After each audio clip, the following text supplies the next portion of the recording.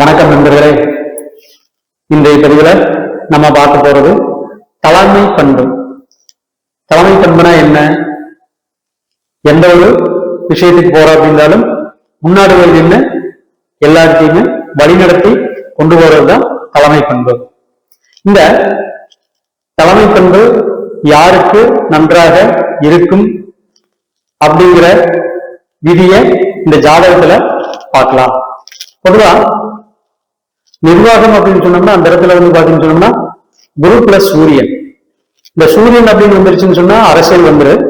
அப்போ இதே மாதிரி சூரியன் பிளஸ் குரு வரும்போது ஐஏஎஸ், ஐபிஎஸ், ஐஎஃப்எஸ் இந்த மாதிரி அடுத்தவங்களுக்கு ஆர்டர் போடக்கூடிய பொசிஷன்ல இருக்கிறவங்க இந்த தலைமை பண்புக்கு அதிபதியா வருவாங்க. அப்போ இந்த குரு பிளஸ் சூரியன் யாருக்கு லக்னத்தில் இருக்கோ அவங்களுக்கு இயற்கையாகவே பாத்தீங்கன்னு சொன்னோம்னா அடுத்தவங்களை வழிநடத்தி கொண்டு போகக்கூடிய தன்மை அதிகமாக இருக்கும்.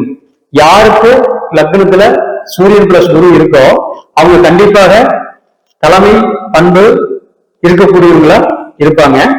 இதுலயும் குறிப்பா தனுசு லக்னம், மீன லக்னம், கடக லக்னம், சிம்ம லக்னம், மேஷ லக்னம் இந்த 4 லக்னத்திலுமே குரு பிளஸ் சூரியனுக்கு பிறந்தவங்க இயற்கையாகவே தலைமை பண்பு ரொம்பவே அதிகமா இருக்கும்.